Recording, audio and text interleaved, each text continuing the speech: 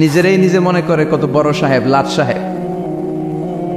মান তাওয়াদা তারাফা, এটা হচ্ছে সুন্নাতুল্লাহি ফিল আরদ।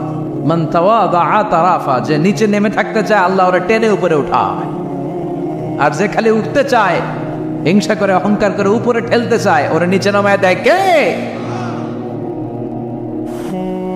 সাইয়েদনা আদমকে আল্লাহ বললেন, আদম সাল্লিম আলা উলাইকা নাফার লাম্মা খালাকাল্লাহু আদম ওয়া কানা তুলহু 60 যিরাআন। নিচে নেমে গেলে যে উপরে ওঠে, আর উপরে উঠতে চাইলে যে নিচে নামে, উদাহরণ দেখেন। আদম আলাইহিস সালামকে তৈরির পর আল্লাহ বললেন, আদম সাল্লিম আলা উলাইকা নাফার, এই ফেরেশতাদের সালাম দাও। কি দাও? সালাম দাও। কোনো প্রশ্ন নেই, আল্লাহ সালাম দিব কেন? ফেরেশতারা আমারে দিব না কেন? আমি আগে দিব কেন? কথা আছে কোনো? যেই সালাম দিলেন, সালাম দেওয়ার সাথে সাথে ওনার মর্যাদা বাড়িয়ে দিল কে? এত মর্যাদা বাড়ালেন যে নূরের ফেরেশতারা মাটির আদমকে সেজদা দিতে বাধ্য হয়েছে। চিৎকার করে বলেন ঠিক কিনা?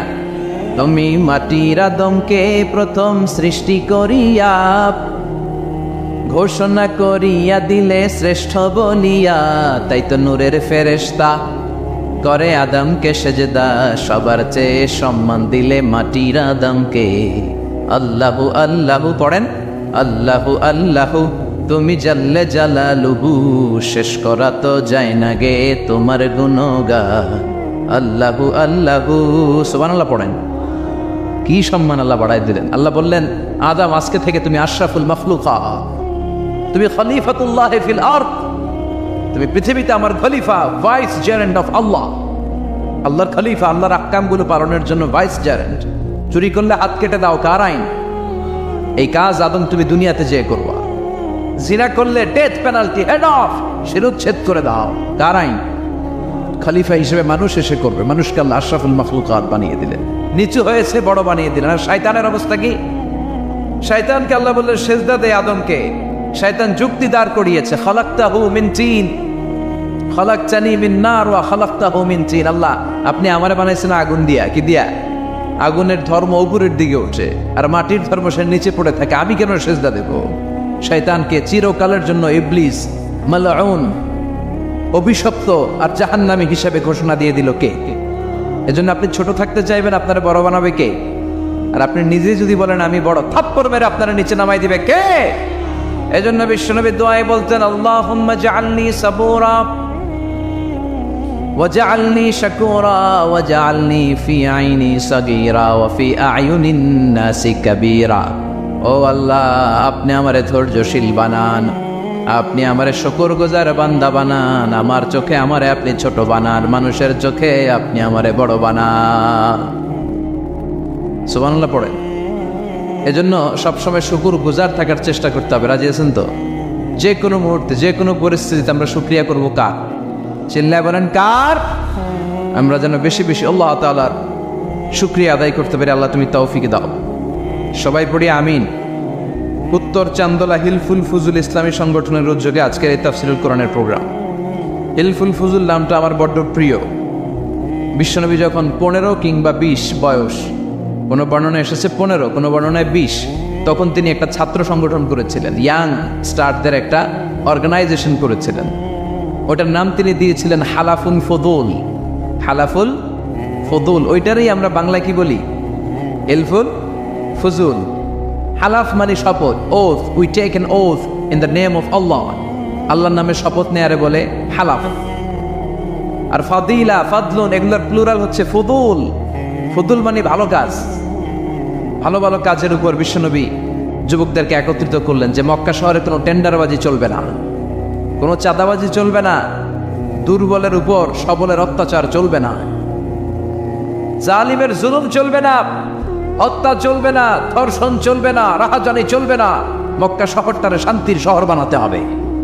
যুবকরা এই দায়িত্ব কাঁধে নিয়েছে। কারা? মুরব্বীরা না, যুবকরা। যুবকদের আছে প্রাণ ঢালা উচ্ছ্বাস, অনেক শক্তি। এজন্য যুবকদেরকে ভালো কাজে আসতে হবে। যুবকরা চাইলে এ দেশের চেহারা পাল্টে দিতে পারে। এদেশে যুবক ভোটার আছে কয়জন জানেন? নতুন করে যুবক ভোটার হয়েছে 2 কোটি। কয় কোটি? 2 কোটি না? Can you imagine that?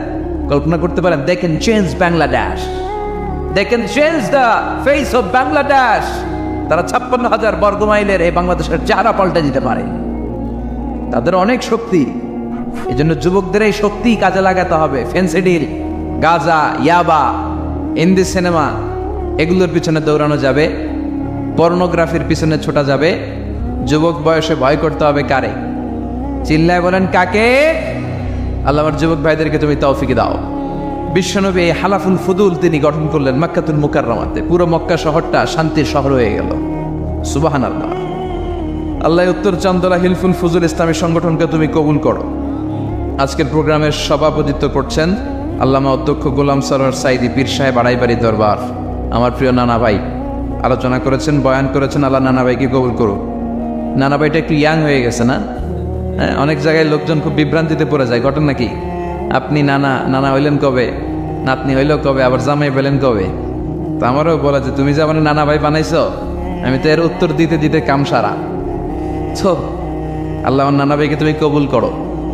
তিনি হকের কথা, কোরআনের কথা বলেন। পীর সাহেবদের মুখে এরকম হুঙ্কার দেখা যায় না। কথা কন। এরা থাকে খানকায়, এদের পেট থাকে বড়।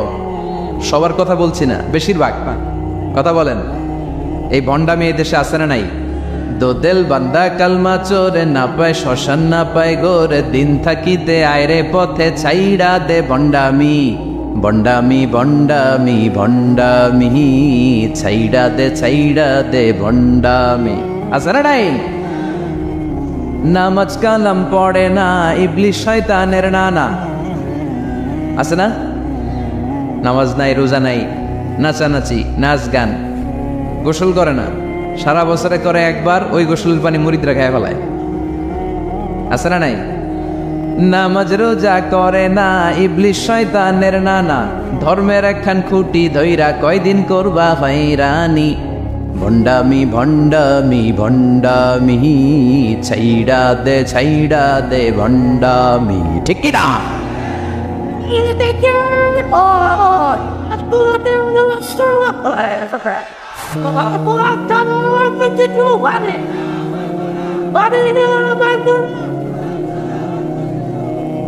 ভণ্ড পীর ও পীর, আমার নানা ভাইও পীর। কথা কন। পীরে পীরে পার্থক্য আছে না নাই? পীরে পীরে পার্থক্য আছে। এজন্য পীর চিন্তা হবে। এদেশে এই পাক ভারতে ইসলাম প্রচারে ওলিয়া উলিয়াদের, পীর মাশায়েখদের অবদানের কোনো শেষ নাই। কিন্তু চিন্তা হবে, কষ্টি পাথর দিয়ে যাচাই করে নিতে হবে। কারণ এই পীরের আদলে অনেক ভণ্ড এই বাংলার জমিন আছে না নাই? এই ভণ্ডদের সাথে আমাদের কোনো সম্পর্ক নাই। ওনার দরবারে আলোচনা হয়, সাইদ কামালউদ্দিন জাফরি সাহেব যায়, আমরা যাই, দেশ বরেণ্য ওলামায়ে কেরামরা যায়, যারা হকের কথা বলে, যারা কোরআন সুন্নাহর আলোকে বলে। কোনো ভণ্ডামি নাই। যাবেন, প্রতি বছর যাবেন। এরপর ওই যে কেরাত সম্মেলন হবে না এবার 17 ফেব্রুয়ারি, আমার প্রোগ্রাম যশোর। আমাকে অনেক বলেছিল থাকতে পারলে আমিও কোরআন নিয়ে কিছু কথা বলে আসতে পারতাম, শুনে আসতে পারতাম কারীদের তেলাওয়াত। যাবেন আপনারা, দাওয়াত করে দিলাম। আল্লাহ আজকের সভাপতিকে তুমি কবুল করো। তারপরে আজকে কথা বলেছে মাওলানা রফিকুল ইসলাম ভুইয়া সাহেব, আমাদের সভাপতি সিরাতুন নবী ফাউন্ডেশনের চান্দোলার। না, রফিক ভাইয়ের চেনে না এমন কেউ নাই, এজন্য আর কিছু বলতেছি না তার নামে। আল্লাহ রফিক ভাইয়ের তুমি কবুল করো। গোলাম কবির চৌধুরী আল আজহারি আসতে পারে নাই, আমার বন্ধু মানুষ, একসাথে পড়াশোনা করেছি। এরপর আমার এক মিতা মিজানুর রহমান আতিকি আমার আগে আলোচনা করেছে, আল্লাহ তাকেও তুমি কবুল করো। সালাত নিয়ে কথা বলতেছিলেন। সালাত আউয়ালু মা ইউহাসাবু বিহিল আবদু ইয়াউমাল কিয়ামাতি আস-সালাহ।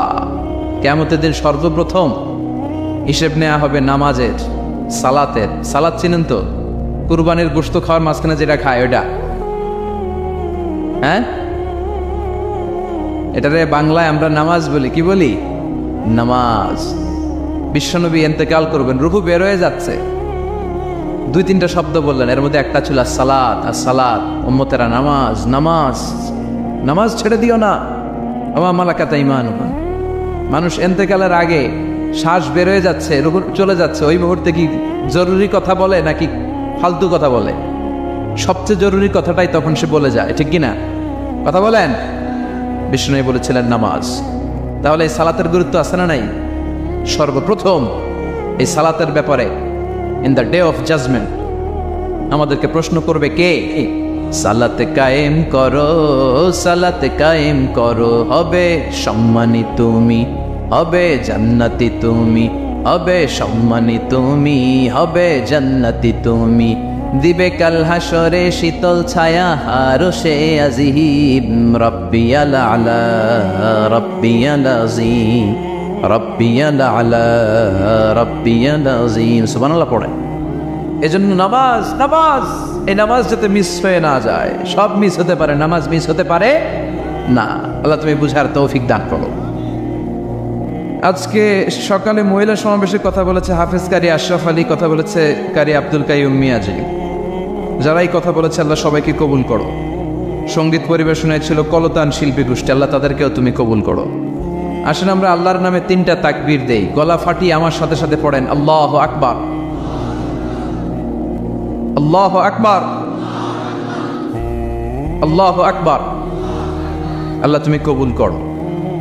আমি আপনাদের খেদমতে সূরাত আত-তাহরীম থেকে ছোট্ট একটি আয়াতের অংশ তেলাওয়াত করেছি, যেখানে আল্লাহ তাআলা আমাদেরকে আহ্বান জানিয়েছে, ওহে বিশ্বাসীরা, পাপ হতে পারে, ভুল হতে পারে, অন্যায় হতে পারে, ওই অন্যায়ের উপর অটল থেকো না, আমার কাছে ফিরে আসো। কাম টু ইউর লর্ড, তোমার রবের দরবারে ফিরে আসো, ক্ষমার মতো ক্ষমা চাও, ক্ষমার মতো ক্ষমা চাইলে আমি সব ক্ষমা করে দেব। সুবহানাল্লাহ পড়েন। রব্বুল আলামিন বলেন, ইয়া আইয়ুহাল্লাযীনা আমানু তুবু ইলাল্লাহি তাওবাতান নাসুহা। ও বিশ্বাসীরা, ভুল করেছো, অন্যায় করেছো, পাপ করেছো, জুলুম করেছো, আমার কাছে ফিরে আসো, ক্ষমা চাও। ক্ষমার মতো ক্ষমা চাইলে সব গুনাহ মাফ করে দিতে পারে কে? পাপ নাই, গুনাহ করি নাই, এরকম কেউ আছি? কথা বলেন। কত পাপ করছি, কোনো হিসাব আছে? পৃথিবীর কেউ না জানলেও জানে কে? পৃথিবী না জানুক আমি তো জানি, আমি কি পাপ করেছি হায়।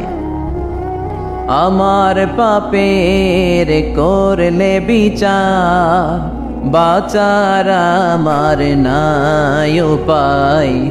দয়াময় প্রভু মাফ করো আমায়, মাফ করো আমায়। পড়েন আমিন। আমাদের পাপগুলো ক্ষমা করে কে? চিল্লায় বলেন কে? আল্লাহ ডেকে বলে, গোলাম আমি হলাম গাফিরুয যাম কাবিলুত তাওব। আমার কাজ হলো ক্ষমা করা, আমার কাজ হলো তওবা কবুল করা। শয়তানের কাজ হলো ওয়াসওয়াসা দেওয়া, আমাদেরকে ভুল পথে নিয়ে যাওয়া। আর আমাদের কাজ হলো ভুল করে ফেলা, আল্লাহর কাজ হলো ভুলগুলো মাফ করে দেয়া। আল্লাহ ডেকে বলে, গোলাম তোরা যদি ভুল না করতি, তোরা যদি পাপ না করতি, তোরা যদি অন্যায় না করতি, তোদেরকে ধ্বংস করে দিয়ে এমন একটা জাতি আমি এই দুনিয়ার বুকে তৈরি করতাম, যারা সকালবেলা ভুল করে দুপুরে মাফ চাইতো, দুপুরে ভুল করে রাত্রে মাফ চাইতো, আজকে ভুল করে আগামীকাল মাফ চাইতো। আর আমি আল্লাহ গুনাহগুলো তাদের সব ক্ষমা করে দিতাম। ক্ষমা করে দিতে আল্লাহর বড্ড ভালো লাগে। বান্দা আল্লাহর কাছে বারবার চাক, চোখের পানি ছাড়ুক, এটা আল্লাহ পছন্দ করে। চোখের পানির যে কত পাওয়ার আপনি কল্পনাই করতে পারবেন না। অনুশোচনার চোখের পানি চোখ বেয়ে নাকের ডগা পেয়ে জমিনে পড়ার আগেই আল্লাহ এই বান্দারে মাফ করে দেয়। বিশ্বনবী ডেকে বলে, ও আমার উম্মতেরা শোনো, আল্লাহর কাছে দুনিয়ার মানুষদের 2 ফোঁটা পানি সবচেয়ে প্রিয়। এক হলো জিহাদের ময়দানে রক্তের ফোঁটা, 2 হলো অনুতপ্ত বান্দার চোখের পানির ফোঁটা। কত ভুল আপনি করেছেন, কত অন্যায় আপনি করেছেন, কত পাপ আপনার হয়েছে, কত মিথ্যা আপনি বলেছেন, কয় ওয়াক্ত নামাজ ছেড়েছেন, কয় লাখ টাকা ঘুষ খেয়েছেন, কত যৌতুক আপনি খেয়েছেন, কত মিথ্যা আপনি বলেছেন। আপনার পাপ যত বড় হোক, যত বিশাল হোক, যত বেশি হোক, আল্লাহর দয়ার পরিসীমা তার চাইতেও বড়। আপনার পাপ, আপনার অন্যায়, আপনার জুলুমগুলো যদি হয় খালের পানির সমান, বিলের পানির সমান, আল্লাহর দয়া সাগরের পানির সমান। আপনার পাপ যদি হয় সাগরের পানির সমান, আল্লাহর দয়া মহাসাগরের পানির সমান। আপনার পাপ আর অন্যায় যদি হয় পাহাড়ের সমান, আল্লাহর দয়া আকাশের সমান। আপনার পাপ যদি হয় আকাশের সমান, আল্লাহর দয়া আরশের সমান। এজন্য আল্লাহ বললেন, ইয়া আইয়ুহাল্লাযীনা আমানু তুবু ইলাল্লাহি তাওবাতান নাসুহা। ও আমার গোলাম, তুই তোর নিজের যত বেশি ভালোবাসিস, তার চেয়েও আমি তোরে বেশি ভালোবাসি। তোর বাবা মা তোরে যত বেশি ভালোবাসে, তার চেয়েও আমাদেরকে বেশি ভালোবাসে কে? আল্লাহ বললেন ভালোবাসারে তৈরি করার পরে আমি 100 টুকরা করলাম। চিল্লায় বলেন কয় টুকরা? 99 টুকরা ভালোবাসা আমি আল্লাহ নিজের মধ্যে রেখে দিলাম। 1 টুকরা ভালোবাসা গোটা বিশ্বের সবার মধ্যে আমি ভাগ করে দিলাম। 1 টুকরা ভালোবাসা পেয়ে আমাদের অবস্থা দেখছেন? আল্লাহ যদি 1 টুকরা না দিয়ে আমাকে 30 টুকরা দিত, কথা কন, 1 টুকরা না দিয়ে 80 টুকরা দিলে কি হইতো? মদিনার খেজুরের বাজার ভিজিট করতে গেলেন আল্লাহর হাবিব সাল্লাল্লাহু আলাইহি ওয়াসাল্লাম, অডিট করতে গেলেন। যে খেজুরের স্তূপের ভেতরে আল্লাহর হাবিব সাল্লাল্লাহু আলাইহি ওয়াসাল্লাম হাত ঢুকায় দিয়ে দেখলেন ভিতরে পানি, উপরে শুকনা খেজুর, ভিতরে ভিজা খেজুর। আল্লাহর হাবিব সাল্লাল্লাহু আলাইহি ওয়াসাল্লাম বললেন ঘটনা কি? ভিজা কেন? ব্যবসায়ী বলতেছে বৃষ্টি হয়েছিল। কি হয়েছিল? তো বৃষ্টি হইলে তো তার নমুনা সব জায়গায় থাকবে। তখন আল্লাহর হাবিব সাল্লাল্লাহু আলাইহি ওয়াসাল্লাম দাঁড়িয়ে বলেছিলেন খবরদার, মান গাশশানা ফালাইসা মিন্না, যে আমাদেরকে ধোঁকা দেয় সে আমাদের দলভুক্ত হতে পারে না। এজন্য আমরা যেন কাউরে ধোঁকা না দেই, আমরা যেন হারামের সাথে সম্পর্ক জুড়ে না দেই। আমাদের সম্পর্ক হবে হালালের সাথে। চিল্লায় বলতে হবে কিসের সাথে? চেষ্টা করতে হবে। আমি প্রায়ই বলি আমাদের একটা শক্ত সিদ্ধান্তই পারে আমাদেরকে জান্নাতি বানাতে, শক্ত সিদ্ধান্ত। আর আমাদের একটা দুর্বল সিদ্ধান্তই পারে আমাদেরকে হাতাবু জাহান্নাম, জাহান্নামের লাকড়ি বানাতে। So the decision is years. সিদ্ধান্ত আপনাদের। আপনি কোন পথে যাবেন, ডানে না বায়ে? ডানে গেলে জান্নাত, বায়ে গেলে জাহান্নাম। তো কোন দিকে যাবেন? কোন দিকে? ডানে যাব, কারণ আমরা ডানপন্থী, ডান ব্লকের লোক। সব নবীরা ডানপন্থী ছিল। সব নবীরা কি পন্থী ছিলেন? আমরাও ডানপন্থী। ডানপন্থী থেকেই যেন আমরা আমাদের শেষ নিঃশ্বাস ত্যাগ করতে পারি। আল্লাহ তুমি তৌফিক দাও। আজকের আলোচনার বিষয় হালাল এবং হারাম। আলোচনার বিষয় হালাল এবং হারাম। 2 রাস্তা, হালাল চলে গেছে এইদিকে, হারাম গেছে এইদিকে। সো আমরা যাব কোন দিকে? ডান দিকে। হালাল খুব বরকতময়, হালালে বরকত বেশি, হারামে বরকত নাই। বিশ্বাস করেন? 1 কোটি টাকা ইনকাম মাসে। কয় কোটি? এরকম লোক আছে না কসবায়? বাংলাদেশে আছে না? 1 কোটি টাকা ইনকাম, কোটি টাকা ইনকাম তার। কিন্তু বছরে কোটি কোটি টাকা তার ইনকাম, 1 মাসে ইনকাম 1 কোটি টাকা। কিন্তু দেখা যায় মাসে একটা হসপিটাল বিল পরিশোধ করতে তার চলে যায় 50 লাখ টাকা। আছে না নাই? ওয়াইফের ক্যান্সার, যার নেই কোনো অ্যান্সার। ছেলে ইয়াবা খায়, ওরে দেওয়া লাগে 20 লাখ। বাড়ি ভাড়া, খাওয়া দাওয়া ইত্যাদি খরচ শেষে দেখা যায় মাস শেষে আরো 20 লাখ ঋণের মধ্যে পড়ে আছে না নাই? কিন্তু মাসে ইনকাম ছিল কত? 1 কোটি। কিন্তু মাস শেষে দেখা যায় 20 লক্ষ টাকা ঋণের বোঝায় চাপা পড়ে আছে। আর রিক্সাওয়ালা, ওর বেতন নাই, যা পারে ইনকাম করে প্রতিদিন। মাসে অন অ্যান অ্যাভারেজ তার ইনকাম 5,000। কয় হাজার? 1,000 চলে যায় ওর যে ছুপড়ির বেড়া, ওই বাড়ির ভাড়া দিতে। 1,000 চলে যায় ওর খাওয়া, 1,000 চলে যায় চিকিৎসা, 1,000 চলে যায় ছেলেমেয়েদের পড়াশোনা, আনুষঙ্গিক আরো 500, মাস শেষে আরো থেকে যায় 500। সুবহানাল্লাহ কইতে পারলেন না? 1 কোটি টাকা ইনকাম করেও 20 লক্ষ টাকা ঋণের বোঝায় চাপা পড়ে আছে। আর 5,000 টাকা ইনকাম, মাস শেষে কত থাকে? 500। কারণ ওর পুরো ইনকামটাই হালাল। ওর পুরো ইনকামটা কি? আর হালালে বরকত ঢুকাই দিছে কে? হারামে কোনো বরকত আছে? আওয়াজ করে বলেন তো, গরু খাওয়া হালাল না হারাম? কুকুর খাওয়া? কুরবানিতে কি জবাই হয়? সুন্নতে খাতনার অনুষ্ঠানে, বিয়ের অনুষ্ঠানে, প্রতিদিন কসাইয়ের দোকানে কোথাও কুকুর জবাই হয়? আচ্ছা, গরু বা গাভী বছরে বাচ্চা দেয় কয়টা? একটা। আর কুকুর দেয় কয়টা? 7টা, 10টা, 11টা। জন্ম নিয়ন্ত্রণ নাই তো, দেদারসে দিচ্ছে, ফ্যামিলি প্ল্যানিং নাই, তাই না? আচ্ছা, তো দেখেন গরু বাচ্চা দিল কম, কুকুর বাচ্চা দিল বেশি। গরু জবাই হয় বেশি, কুকুর জবাই হয় না। গরু আমরা খাই বেশি, কুকুর খাই না। তারপরেও কসবাই, গরু বেশি না কুকুর বেশি? আওয়াজ করে বলতে হবে গরু না কুকুর? কারণ গরু খাওয়া হালাল, আর হালালে বরকত ঢুকাই দিছে কে? এজন্য দ্য ডিসিশন ইজ ইয়ার্স। সিদ্ধান্ত আপনার। কই যাবেন, ডানে না বায়ে? হালালের সাথে না হারামের সাথে? হালালটা হচ্ছে পরিবেশ বান্ধব। হালালটা কি? Eco friendly. এটা পরিবেশ বান্ধব, এটা স্বাস্থ্যকর, এটা রুচিসম্মত, এটার মধ্যে কোনো ঝামেলা নাই, এটাতে কোনো ভেজাল নাই। হালালে থাকলেই লাভ, যদিও অল্প। সুবহানাল্লাহ পড়েন। এজন্য রাব্বুল আলামিন বলেন ইয়া আইয়ুহান নাসু কুলু মিম্মা ফিল আরদি হালালান তাইয়্যিবা ওয়া লা তাত্তাবিউ খুতুওয়াতিশ শাইতান ইন্নাহু লাকুম আদুউন মুবিন। ও মানুষেরা শোনো শোনো, এই জমিনের ভেতরে যেটাকে আমি হালাল করেছি, যেটাকে আমি পবিত্র করেছি, ওইটা খাও, ওইটা গ্রহণ করো। হারাম খেও না, হারাম অর্জন করো না, হারামের কাছেও যেও না। শয়তানের পদাঙ্ক অনুসরণ করো না। জেনে রেখো, শয়তান হলো তোমাদের প্রকাশ্য দুশমন। ঠিক কিনা? আদুউম মুবিন। শয়তান আমাদের প্রকাশ্য দুশমন। সে হারামকে আমাদের কাছে চাকচিক্যময় করে তোলে। সে বুঝাতে চায় হারামের মধ্যে আরাম। আসলে হারামে আরাম আছে, হালালের মধ্যে বরকত। এজন্য আমরা সবসময় হালাল অবলম্বন করবো। রাজি আছেন তো? কিন্তু আমরা যদি আমাদেরকে প্রশ্ন করি, আমাদের ব্যবসায়, আমাদের চাকরিতে, আমাদের লাইফ লিডিং সিস্টেমে আমরা কি শুধু হালাল খাই? কি খাই? হালালও খাই, সুযোগ পাইলে একটু যদি পাই অমনি ধরে ঘাপুস ঘুপুস। সুযোগ পাইলেই কি ঘাপুস ঘুপুস?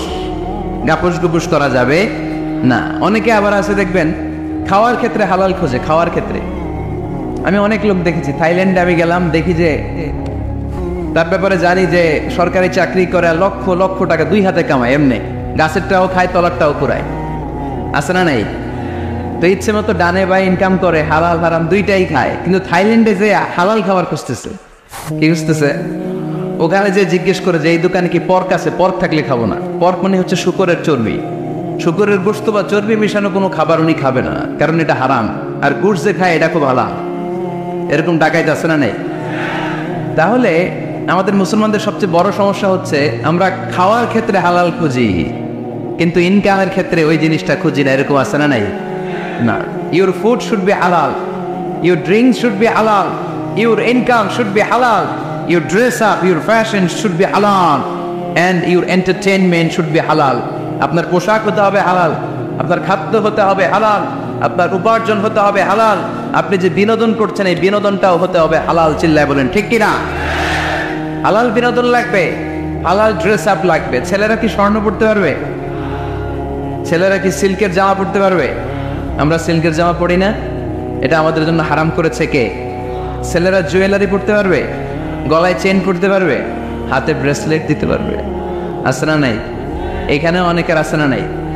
দেয়া যাবে? অনেক ছেলে দেখবেন আবার কানের মধ্যে ছিদ্র করে। কসবায় মাশাআল্লাহ এগুলা নাই। আমি বাঁচায় দেওয়ার জন্য কইলাম নাই, আবার ওরা কয় আছে। আছে আছে না, এগুলো করা যাবে? দাড়িতে চুলে কালো রং দেয়া যাবে? এটা ধোঁকাবাজি। এটা কি? মান গাশশানা ফালাইসা মিন্না। আল্লাহর হাবিব সাল্লাল্লাহু আলাইহি ওয়াসাল্লাম বললেন, the person who deceives us he is not among আস। যে আমাদেরকে ধোঁকা দেয় সে কখনো আমার উম্মত হতে পারে। মদিনার খেজুরের বাজার ভিজিট করতে গেলেন আল্লাহর হাবিব সাল্লাল্লাহু আলাইহি ওয়াসাল্লাম, অডিট করতে গেলেন। যে খেজুরের স্তূপের ভেতরে আল্লাহর হাবিব সাল্লাল্লাহু আলাইহি ওয়াসাল্লাম হাত ঢুকায় দিলেন। ঢুকায় দিয়ে দেখলেন ভিতরে পানি, উপরে শুকনা খেজুর, ভিতরে ভিজা খেজুর। আল্লাহর হাবিব সাল্লাল্লাহু আলাইহি ওয়াসাল্লাম বললেন, ঘটনা কি? ভিজা কেন? ব্যবসায়ী বলতেছে বৃষ্টি হয়েছিল। কি হয়েছিল? তো বৃষ্টি হইলে তো তার নমুনা সব জায়গায় থাকবে। তখন আল্লাহর হাবিব সাল্লাল্লাহু আলাইহি ওয়াসাল্লাম দাঁড়িয়ে বলেছিলেন, খবরদার, মান গাশশানা ফালাইসা মিন্না। যে আমাদেরকে ধোঁকা দেয় সে আমাদের দলভুক্ত হতে পারে না। এজন্য আমরা যেন কাউরে ধোঁকা না দেই, আমরা যেন হারামের সাথে সম্পর্ক জুড়ে না দেই। আমাদের সম্পর্ক হবে হালালের সাথে। চিল্লায় বলতে হবে কিসের সাথে? আজকের মাহফিলটা তখনই সার্থক হবে যখন এই কথাগুলো শুনে আমরা এই সিদ্ধান্তে উপনীত হতে পারবো যে আমার ফুড, আমার ড্রিঙ্কস, আমার ইনকাম, আমার ড্রেস আপ, আমার এন্টারটেইনমেন্ট, আমার সব কিছু হালাল দিয়ে আমি সাজাবো। আমার জীবনটাকে আমি হালাল দিয়ে সাজাবো। রাজি আছি না নাই? সব হালাল হইতে হবে। নারীদের ফ্যাশন, অনেক নারীরা ফ্যাশন সচেতন। খবরদার, নারীরা টাইট ফিটিং পোশাক পরতে পারবে না। পারবে? পাতলা পোশাক পরতে পারবে না। তারা নিজেদেরকে আবৃত করে রাখতে হবে। টাইট ফিটিং পোশাক পরতে পারবে না, অন্য ধর্মের পোশাক পরতে পারবে না, পর চুলা লাগাতে পারবে না। এই ফোর কর্নার্স, এই বর্ডার গুলো মেনে নারী যে কোনো ধরনের ফ্যাশন নিতে পারে। এই ফ্যাশনগুলোকে বৈধ করেছে কে? এজন্য রাব্বুল আলামিন বলেন, ইয়া আইয়ুহান নাসু কুলু মিম্মা ফিল আরদি হালালান তাইয়্যিবা ওয়া লা তাত্তাবিউ খুতুওয়াতিশ শাইতান ইন্নাহু লাকুম আদুউম মুবিন। সুবহানাল্লাহ পড়েন। ওহে মানুষেরা, এই জমিনে যেটা পবিত্র আর হালাল বলে আমি ঘোষণা দিয়েছি সেটা খাও, কারণ সেটাতেই বরকত। আর শয়তানের পদাঙ্ক অনুসরণ করো না, কারণ শয়তান তোমাদের প্রকাশ্য শত্রু। কথাটা বলেছেন কে?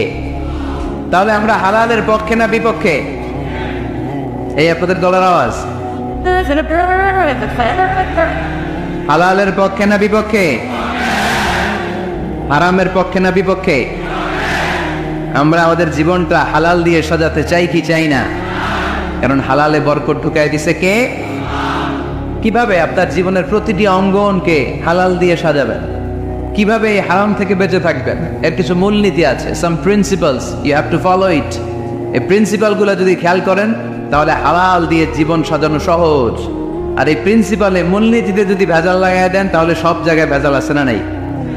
আজকে এই চমৎকার দুপুরে আমরা হালাল হারামের মূলনীতির ব্যাপারে কয়েকটি কথা শুনে বিদায় নিব ইনশাআল্লাহ। পড়ে হালাল এবং হারামের প্রথম মূলনীতি হচ্ছে আল আসলু ফিল আশিয়াই আল ইবাহা। মূলত সব কিছু পৃথিবীতে যা দেখি, যা পাওয়া যায়, খাবার দাবার যাই হোক না কেন, মৌলিকভাবে সবকিছু হালাল। যুবক ছেলেরা বুঝে যাও, কান দুটো খরগোশের কানের মতো খাড়া করো। আমি সহজ করে বুঝাবার চেষ্টা করব, যদিও সহজ করে বুঝানো সহজ না। সহজ করে কইতে আমায় কহজে, সহজ করে যায় না কওয়া সহজে, ঠিক কিনা? তারপর আমি চেষ্টা করছি সহজ করে বুঝানোর। খুব সহজ।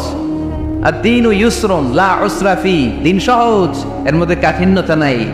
মন জয় করার 4টা বাক্য আল্লাহর হাবিব সাল্লাল্লাহু আলাইহি ওয়াসাল্লাম আমাদেরকে শিখিয়ে গিয়েছেন। বাশিরু ওয়ালা তুনাফিরু, ইয়াসিরু ওয়ালা তুআসিরু। সহজ করে উপস্থাপন করো, কঠিন করো না। মানুষকে দিনের প্রতি আকৃষ্ট করো, দিন থেকে ভাগিয়ে দিও না। আমরা অনেকে দিন থেকে ভাগাই দেই, আছে না নাই? এক ছেলে হিন্দু হয়েছে, হিন্দু থেকে মুসলমান হয়েছে। আগে ছিল হিন্দু, এখন থেকে এই ছেলেরা কি সুন্নি মুসলমান বানাবে, না ওয়াহাবি বানাবে, না আহলে হাদিস বানাবে, না হানাফি বানাবে, এই নিয়ে কিলাকিলি, আছে না নাই? আহা কি বিপদ! সে আগে হিন্দু আসছিলাম, এটাই তো ভালো আসছিলাম। মুসলমান হওয়ার পরে এর ভয় দেখানো শুরু করছে, এই খবরদার, নামাজ রোজা জাকাত হজ সব লাগবে, হারাম খাওয়া যাবে না, এটা নাই ইসলামে, এটা নাই, ওইটা নাই, ওইটা নাই, হিন্দু কে দিলে আমিও নাই। বিশ্ব ইসলাম যে বলে 2 বার সাইয়েদনা জিবরাইল আলাইহিস সালামকে ওনার আসল আকৃতিতে দেখেছিল। আওয়াজ করে বলতে হবে কয়বার? এক হচ্ছে মেরাজ রজনীতে সিদরাতুল মুনতাহায়, 2 হচ্ছে প্রথম যখন কোরআনের আয়াত নাজিল হয়, বিষ্ণু ইসলাম দেখলেন বিশাল একজন ব্যক্তি, পাটা হচ্ছে হেরা গুহায় আর মাথাটা হচ্ছে আকাশের উপরে। এই বিশাল একটা লোক, সে কোরআনের 5 আয়াত নিয়ে এসেছে সূরাতুল আলাক, আর বলতে শুরু করেছে, ইয়া মুহাম্মদ ইকরা, আপনি পড়ুন, আপনি পড়ুন, আপনি পড়ুন। 3 বার পড়ার আদেশ করার পরে বিষ্ণু ইসলাম পড়তে আরম্ভ করলেন, ইকরা বিসমি রাব্বিকাল্লাযী খালাক, খালাকাল ইনসানা মিন আলাক, ইকরা ওয়া রাব্বুকাল আকরাম আল্লাযী আল্লামা বিল কলম, আল্লামাল ইনসানা মা লাম ইয়ালাম। বিষ্ণু ইসলাম পড়তে আরম্ভ করলেন। প্রথম কোরআনের আয়াত যখন নাজিল হয়ে গেল, বিষ্ণু ইসলাম ভয় পেয়ে গেলেন। কোরআনের আয়াত যখন নাজিল হলো, আল্লাহ রাসূল সাল্লাল্লাহু আলাইহি ওয়াসাল্লাম ভয় পেয়ে গেলেন। বিষ্ণু ইসলামের হৃদয় কাঁপতে আরম্ভ করল। কোরআনের 5 আয়াত নিয়ে হেরা গুহা থেকে বিশ্বনবী আম্মা জান খাদিজাতুল কুবরা রাদিয়াল্লাহু তাআলা আনহার কাছে চলে আসলেন। এসে ডেকে বললেন, খাদিজা জাম্মিলুনি জাম্মিলুনি, কম্বল দিয়ে তুমি আমারে চাপা দাও, আমার ভয় লাগছে, মনে হয় আমি বাঁচব না। আম্মা জান খাদিজা বললেন, কি হয়েছে আপনার? বিশ্বনবী বললেন, বিশাল বড় একটা লোক কোরআনের 5 আয়াত নিয়ে এসেছে। ওই লোকের পা হেরা গুহার মধ্যে, মাথাটা আকাশের উপরে, এত বিশাল সত্তা, বিশাল কোন মানুষ জীবনে আমি দেখি নাই। এসে সে পরিচয় দিয়েছে সে নাকি জিব্রাইল ফেরেশতা। বিশ্বনবী বললেন, মনে হয় আমি বাঁচব না, আমার জ্বর চলে এসেছে, আমার হৃদয়ের মধ্যে কাঁপুনি শুরু হয়েছে, তুমি আমারে কম্বল দিয়ে চাপা দাও। আম্মা জান খাদিজা বললেন, ও নবী ভয় পাবেন না, আমার আল্লাহ কোনোদিন আপনারে অপমান করবেন না। সুবহানাল্লাহ পড়েন। ওয়াল্লাহি ওয়াল্লাহি লা ইউখজিক আল্লাহু আবাদা। নবী গো, আল্লাহ আপনার অপমান করবেন না, কারণ আপনার মধ্যে এমন এমন ভালো ভালো গুণ আছে, এই গুণাবলীগুলি যে মানুষের মধ্যে থাকে তাকে আমার রব কোনোদিন অপমান করতে পারে না। চিল্লায় বলেন ঠিক কি না? নবী হে ইন্নাকা লা তাসিলুর রাহিমা, আপনি আত্মীয়তার সম্পর্ক বজায় রাখেন। ও নবী তাসদুকুল হাদিসা, সব সময় আপনি সত্য কথা বলেন। ওয়া তাহমিলুল কাল্লা, আপনি মানুষের বোঝা টেনে দেন। ওয়া তাকসিবুল মা'দুমা, যার উপার্জন করার কেউ নাই, নিজে গায়ে খেটে আপনি তার উপার্জন করে দেন। ওয়া তুঈনু আলা নাওয়াইবিল হক, সত্য যেখানে বিপন্ন সেখানে আপনি সাহসী সৈনিকের মতো দাঁড়িয়ে যান। সুবহানাল্লাহ। নবী হ্যাঁ, আপনি ভয় পাবেন না, কারণ আপনি এমন অসাধারণ ব্যক্তিত্ব, এমন জনকল্যাণমূলক কাজের আঞ্জাম আপনি দেন, এরকম লোককে আল্লাহ কখনো অপমান করতে পারে? আপনি চালিয়ে যান, আপনাকে থামানোর মতো অপশক্তি গোটা বিশ্বে দ্বিতীয়টা নাই। চিল্লায় বলেন ঠিক কিনা? বিশ্বনবীকে সাহস জুগিয়েছেন, এরকম সাহস জোগানোর মতো স্ত্রী আমাদের দরকার আছে না নেই? বিশ্বনবী সারাদিন বাইরে যখন কাফের মুশরিকদের অত্যাচার অনাচার সহ্য করে ঘরে আসতেন, আম্মা জান আয়েশা এমন সাহসিকতার বাণী শোনাতেন, এমন মোটিভেশন শোনাতেন, এমন ইন্সপায়ারেশন দিতেন, বিশ্বনবী সারাদিনের সব দুঃখ কষ্ট ভুলে গিয়ে এর পরের দিনের দাওয়াতি কাজের জন্য নতুন করে এনার্জি ফিরে পেতেন। চিল্লায় পড়েন আল্লাহু আকবার। এজন্য স্ত্রীর 2 নম্বর কাজ হচ্ছে স্বামীকে সাহস যোগানো। 2 নম্বর কাজ কি? স্বামীকে সাহস যোগানো, স্বামীকে সাপোর্ট দেয়া। নারীরা পুরুষদের কাউন্টার পার্ট, নারী হচ্ছে পুরুষের সহযোগী। এই পৃথিবীর এই সভ্যতা, এই সিভিলাইজেশন, এই উন্নয়ন, এই ডেভেলপমেন্ট, এটা শুধু পুরুষরা করে নাই। এই উন্নয়নের অংশীদারিত্বে আমাদের বোনদের, নারীদেরও হাত আছে না নাই?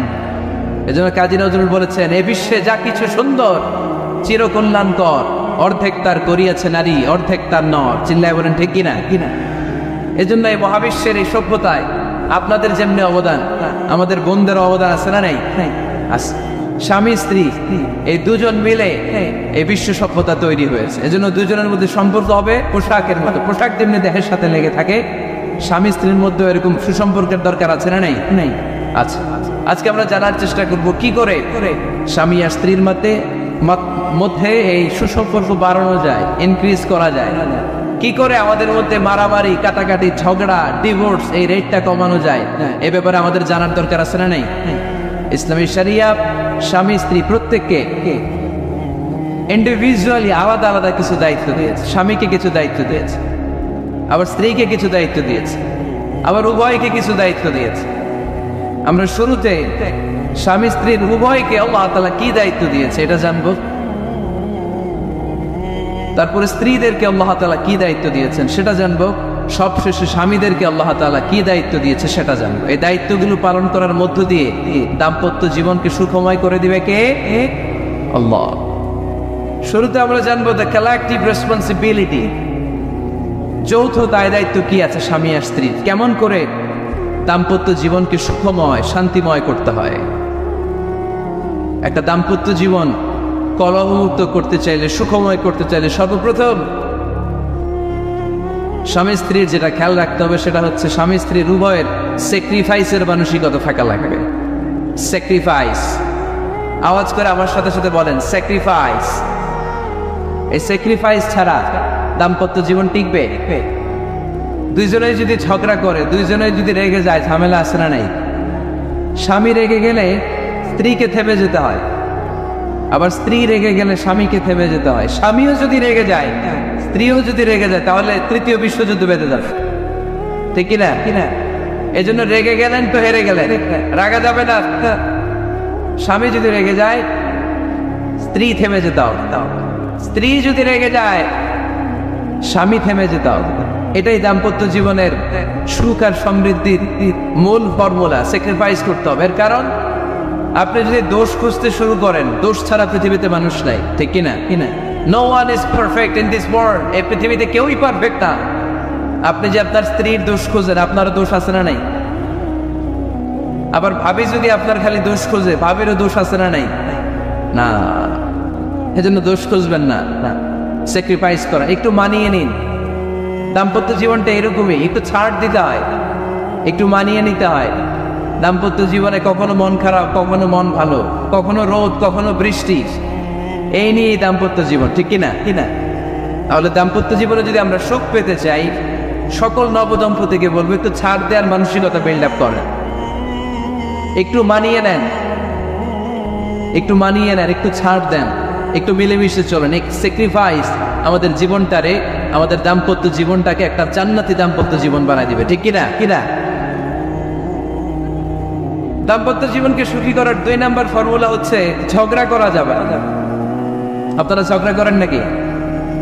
হ্যাঁ, বউয়ের সাথে ঝগড়া করেন না এরকম বিবাহিত পুরুষ কে কে আছেন দেখি এখানে? হাত তুলছে অনেকে, বিশ্বাস হয় আপনাদের? হ্যাঁ, অনেক ঝগড়া। হ্যাঁ, আচ্ছা, মেয়েরা বেশি করে? না না, এই মহিলা প্যান্ডেল আছে এদিকে, এদেরকে জিজ্ঞেস করলে বলবে সব দোষ আপনাদের, আর আপনারা দোষ দিচ্ছেন এদের। তো ঝগড়া করবেন না মেহরবানি করে, সম্মানিত ভাইরা, ঝগড়া করবেন না। কারণ এই ঝগড়া থেকে, সামান্য ঝগড়া থেকে অনেক সময় বিচ্ছেদের দিকে চলে যায় সম্পর্ক। ছোট্ট ঝগড়া থেকে যেতে যেতে ঝগড়া বাড়তে বাড়তে ডিভোর্সের দিকে গড়া, এরকম আছে না? না না, সামান্য ঝগড়া যদি বেঁধে যায়, শয়তান এটার মধ্যে বাতাস দেয়, এটারে বাড়াতে বাড়াতে শয়তান অনেক বড় করে। ইমানদারদের পরিবার ভেঙে গেলে শয়তান খুশি, আর ইমানদারদের পরিবার টিকে থাকলে আমার আল্লাহ খুশি। আমরা কার খুশি চাই? জোরে বলতে হবে, খুশি চাই কার? শয়তান সব সময় চায় ইমানদারদের ফ্যামিলি ভেঙে দিতে। Always he tries his level best to break down the relationship of a moving family. একজন ইমানদারের ফ্যামিলি কি করে ব্রেক ডাউন করে দেয়া যায়? ঝগড়াই করবো না আমরা। আপনি ঝগড়া করলে ভাবি যেন ঠান্ডা থাকে, ভাবি ঝগড়া শুরু করলে আপনি ঠান্ডা থাকবেন।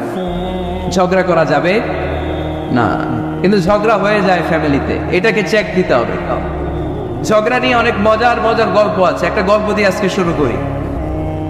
এক লোক মাহফিল শেষ করে 11টার দিকে বাসায় ফিরেছে। তো বাসায় ঢুকার আগে তার ওয়াইফকে ফোন দিয়েছে, ফোন দিয়ে বলতেছে, এই মাহফিল শেষ, আমি কিন্তু বাসায় চলে আসতেছি, শুরু করার আগে তাড়াতাড়ি দরজাটা খোলো। তো স্ত্রী আবার রাতের খাবার স্বামীকে ছাড়া খায় না, তো স্ত্রী দরজা খুলে দাঁড়ায় আছে, স্বামী বেচারা আসছে। আসার পরে স্ত্রীকে বলতেছে, এই শুরু করার আগে রাতের খাবার দিয়ে দাও, খেয়ে নেই। তো স্বামী ওয়াশরুম থেকে ফ্রেশ ট্রেশ হয়ে আসছে, স্ত্রী বেচারিও ডাইনিং টেবিলে খাবার দিয়েছে। এবার স্বামীও খেতে বসেছে, স্ত্রীও খেতে বসেছে। স্বামী আবার বলতে আরম্ভ করছে, শুরু করার আগে ফ্যানটা ছাড়ো, খুব গরম লাগতেছে। এবার তো স্ত্রী রেগে মেগে আগে, কি আসার পর থেকে শুরু করার আগে, শুরু করার আগে, শুরু করার আগে, কি শুরু করার আগে? স্বামী বলতেছে, এই তো শুরু হয়ে গেল, এই শুরু হয়ে গেল। মানে কি? ঝগড়া। নীলফামারীর ভাইয়েরা, এটা শুরু করা যাবে না। শুরু করবেন আপনারা, ঝগড়া করবেন। আমাদের ফ্যামিলিগুলো থেকে ঝগড়াকে আজকে থেকে আমরা নো বলে দিলাম, মানে না। ঝগড়াকে কি বললাম? সবাই বলতে পারেন না, আওয়াজ করে বলেন, ঝগড়াকে আমরা কি বলবো? নো। ঝগড়া করা যাবে না। শয়তান ঝগড়া বাঁধা দেখো উস্তাদ। সহিহ মুসলিমের হাদিস, ইন্না ইবলিসা ইয়াদাউ আরশাহু আলাল মা সুম্মা ইয়াবআসু সারায়াহু। ইবলিস তার সিংহাসন গেড়েছে সাগরের উপরে। ইবলিসের সিংহাসন কিসের উপরে? বিশাল বড় সাগর আর মহাসাগরের উপরে ইবলিস শয়তান তার সিংহাসন নিয়ে বসা। প্রতিদিন সকালবেলায় শয়তানগুলোরে মানব রাজ্যে পাঠিয়ে দেয়, যা তোরা মানব রাজ্যে চলে যা, যে মানুষকে ওয়াসওয়াসা দেয়, ওয়াসওয়াসা দিয়ে খারাপ কাজ করা। সারাদিন খারাপ কাজ করার পরে কি কি ওয়াসওয়াসা দিল, কি কি খারাপ কাজ মানুষের মধ্যে ঘটালো, সন্ধ্যাবেলায় সব শয়তান এসে ইবলিসকে বয়ান শোনায়। সন্ধ্যাবেলায় শয়তানগুলো এসে বলে, আমি এক লোককে দিয়ে মিথ্যা কথা বলিয়েছি। আরেক শয়তান বলে, আমি নামাজ কাজা করিয়েছি এক আল্লাহর বান্দাকে দিয়ে। আরেকজন বলে, আমি ওজনে কম দিয়েছি। আরেকজন বলে, আমি সুদের ব্যবসার মধ্যে টাকা লাগানোর ব্যবস্থা করে দিয়েছি। এক একজন এক একটা ওয়াসওয়াসা দিয়ে আল্লাহর মুমিন বান্দাদেরকে ধোঁকা দিয়েছে। এগুলোর ফিরিস্তি এসে সব শয়তানেরা ইবলিসকে শোনায়, কিন্তু কোনো কথাতে ইবলিসের মন ভরে না। কোন শয়তান এসে বলে, আমি তো এমন মদের আড্ডাখানায় নিয়ে গেছি আল্লাহর বান্দাদেরকে, এগুলো নামাজই পড়ে নাই, খালি মদ পেয়েছে। আবার কিছু শয়তান এসে বলে, আমি ক্যাসিনোতে নিয়ে গেছি, ওখানে খালি জুয়া খেলছে। আবার কিছু শয়তান এসে বলে, আমি বাজারের মধ্যে ফরমালিনের এই ওয়াসওয়াসা ঠুকাই দিছি। একটার পর একটা শয়তানি ফিরিস্তি তারা ইবলিসকে শোনায়, কিন্তু কোনো কাজেই ইবলিসের মন ভরাতে পারে না। একজন এসে বলে, আনা মা তারাকতুহু বাইনার রাজুলি ওয়া ইমরাআতিহি হাত্তা ফাররাফতু, আমি একজন ইমানদার নারী পুরুষের মধ্যে ঝগড়া লাগাইয়া ওই ঝগড়া বাড়াতে বাড়াতে বাড়াতে বাড়তে তালাক পর্যন্ত নিয়ে গেছে। নাউজুবিল্লাহ করবেন না? শয়তান এবার তার উপর খুশি হয়ে যায়, সব শয়তানগুলোকে ঠেলে ইবলিস এই শয়তানকে কাঁধে তুলে নাচতে শুরু করে দেয়। কারণ মুমিন বান্দার সংসার যদি ভেঙে যায় শয়তান খুশি হয়ে যায়, আর মুমিন বান্দার সংসার টিকে থাকলে খুশি হয়ে যায় কে? এজন্য নীলফামারীর ভাইরা, ঝগড়া করা যাবে না। দাম্পত্য জীবনকে সুখী করতে চাইলে ঝগড়াকে আমরা নো বলে দিব। ঝগড়া অনেক সময় হবে, কিন্তু এটাকে বাড়তে দেওয়া যাবে না, এটাকে আমরা স্পেস দিব না, ওইখানে থামায় দিতে হবে। রাজি আছেন তো সবাই? সবাই আল্লাহ রাসূল সাল্লাল্লাহু আলাইহি ওয়াসাল্লামের ফ্যামিলিতে ঝগড়া হতো না। আম্মা জান আয়েশা রাদিয়াল্লাহু তাআলা আনহার সাথে আল্লাহ রাসূল সাল্লাল্লাহু আলাইহি ওয়াসাল্লামের ঝগড়া হতো, হাদিসে পাওয়া যায়, কিন্তু এগুলো ছিল মধুর ঝগড়া, সুন্দর ঝগড়া। সুবহানাল্লাহ। আল্লাহর হাবিব বলেন, ইয়া আয়েশা ইন্নী লা আ'লামু ইযা কুনতি আন্নী রাদিয়া ওয়া ইযা কুনতি আলাইয়া গাদবা। ও আয়েশা, তুমি কখন আমার উপর রেগে থাকো সেটাও আমি বুঝি, আবার কখন খুশি থাকো সেটাও বুঝি। আম্মা জান আয়েশা বললেন, ইয়া রাসূলুল্লাহ, ইয়া হাবিবাল্লাহ, কেমন করে আপনি বুঝেন যে আমি আপনার উপর রেগে আছি, আবার কেমন করে আপনি বুঝেন আমি আপনার উপর সন্তুষ্ট আছি? বিশ্বনবী বললেন, আয়েশা, তুমি যখন আমার উপরে খুশি থাকো, আমার উপর যখন তুমি রাজি থাকো, তখন তুমি দোয়ার সময় এইভাবে দোয়া করো, ওয়া রাব্বি মুহাম্মদ, মুহাম্মাদের রব, আপনি আমাদের সব গুনাহগুলো মাফ করে দেন। আর যখন তুমি আমার উপর রেগে থাকো, তখন তুমি আমার নামটা মুখ দিয়ে উচ্চারণ করো না, ও আয়েশা, তখন তুমি দোয়ার সময় বলতে থাকো, ওয়া রাব্বি ইব্রাহিম, ইব্রাহিমের রব, আপনি আমাদের সব গুনাহগুলো মাফ করে দেন। যখন তুমি খুশি তখন আমার নামটা মুখে নাও, যখন তুমি আমার উপর রেগে থাকো তখন তুমি আমার নামটা মুখে নিতে চাও না। আম্মা জান আয়েশা বললেন, ইয়া রাসূলুল্লাহ, ইয়া হাবিবাল্লাহ, মা আহজুরু ইল্লা ইসমাক, আমি শুধু আমার মুখ থেকে আপনার নামটারে সরায় রাখি, আমার হৃদয় থেকে কোনোদিন আপনারে সরাতে পারি না। মা আহজুরু ইল্লা ইসমাক, নবী হে, আমি তো শুধু মুখ থেকে আপনার নামটারে বাদ দেই, আমার হৃদয় থেকে তো আপনারে বাদ দিতে পারি না। আমার হৃদয় পুরোটা জুড়ে শুধু আপনি আর আপনি, চিল্লায় পড়েন আল্লাহু আকবার। তার মানে আম্মা জান আয়েশা আল্লাহ রাসূল সাল্লাল্লাহু আলাইহি ওয়াসাল্লামের উপর রেগে থাকতেন মাঝে মাঝে, বিশ্বনবী মাঝে মাঝে রাগ করতেন। একবার খুব বেশি রাগারাগি হয়ে গেল, অনেক ঝগড়া হয়ে গেল। এবার আল্লাহ রাসূল সাল্লাল্লাহু আলাইহি ওয়াসাল্লাম খেয়াল করলেন না, এত ঝগড়া তো করা ঠিক হবে না। তখন আল্লাহর হাবিব সাল্লাল্লাহু আলাইহি ওয়াসাল্লাম বললেন, আয়েশা, চলো মিটমাট করি। কি করি? হ্যাঁ, মিউচুয়াল করি না, মিটমাট। এই যে ঝগড়া লাগলে আবার যে মিলায় দেয়, এটা কি বলেন আপনারা নীলফামারীতে? মিটমাট। আল্লাহ হাবিব সাল্লাল্লাহু আলাইহি ওয়াসাল্লাম বললেন, আয়েশা, চলো আমরা মিটমাট করি, আমরা ঝগড়া না করি। আম্মা জান আয়েশা বললেন, ঠিক আছে, চলেন মিটমাট করি। বিশ্বনবী বললেন, ঠিক আছে, একজনকে নিয়ে আসি যে দুজনের মাঝে মিটমাট করাই দিবে। কারে নিয়ে আসি? ওমরে ফারুককে নিয়ে আসি। আম্মা জান আয়েশা বলেন, না, আমারও গলিদ, ওমরের মেজাজ গরম, আমার ভয় লাগে। সুবহানাল্লাহ পড়বেন না? বিশ্বনবী বললেন, তাহলে তোমার আব্বারে নিয়ে আসি। কই, নিয়ে আসেন, আব্বারে খুব ভালো লাগে। বিশ্বনবী বললেন, ঠিক আছে, তোমার কথাই রইল, ওমরকে ডাকবো না, তোমার আব্বা আবু বকরকে নিয়ে আসবো। বিশ্বনবী মিটমাট করার জন্য সাইয়েদনা আবু বকর রাদিয়াল্লাহু তাআলা আনহুকে ডেকে নিয়ে আসলেন। সাইয়েদনা আবু বকর রাদিয়াল্লাহু তাআলা আনহু ঘরে ঢুকলেন। বিশ্বনবী বললেন, আয়েশা, আমার আর তোমার মাঝে কি নিয়ে ঝগড়া হয়েছে? কথাটা কি তুমি বলবা নাকি আমি বলবো? আম্মা জান আয়েশা বলেন, আপনিই বলেন, তুমি মিথ্যা বললেন না, যা ঘটছে ওইটাই বললেন। ওয়ালা তাকুলিন্না হাক্কান, যেটা সত্য ওইটাই বলবে, অন্য কিছু বলবেন না। আবু বকর রাদিয়াল্লাহু তাআলা আনহু তো শুনে রেগে মেগে আগুন। কি এত বড় সাহস, বিশ্বনবীর সামনে দাঁড়িয়ে তুমি এভাবে কথা বলে? এই আদব শিক্ষা দিয়েছি তোমাকে আমি। রেগে গেলেন। বিশ্বনবী কি সত্য ছাড়া মিথ্যা কিছু বলবেন? রেগে মেগে চিৎকার করে মেয়ের গালের মধ্যে দিলেন এক চপে টাকা, এক থাপ্পড় খেয়ে আম্মা জান আয়েশা উল্টায় পড়লেন।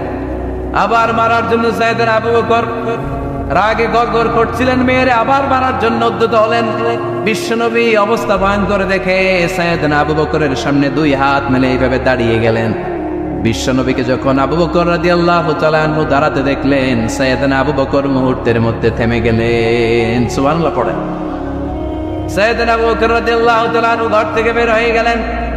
এবার বিশ্বনবী আম্মা জান আয়েশার কাছে যেয়ে বলেন, ও আয়েশা দেখো আমি তোমার মাইট থেকে বাঁচাইলাম, আমি না থাকলে তোমার বাবা তোমার আজ শেষ করে ফেলতো, ঠিক কিনা?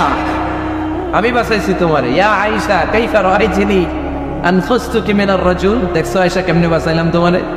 আজকে আমি না থাকলে এমন পিটতে দিত তোমার বাবা, একেবারে খবর হয়ে যায়।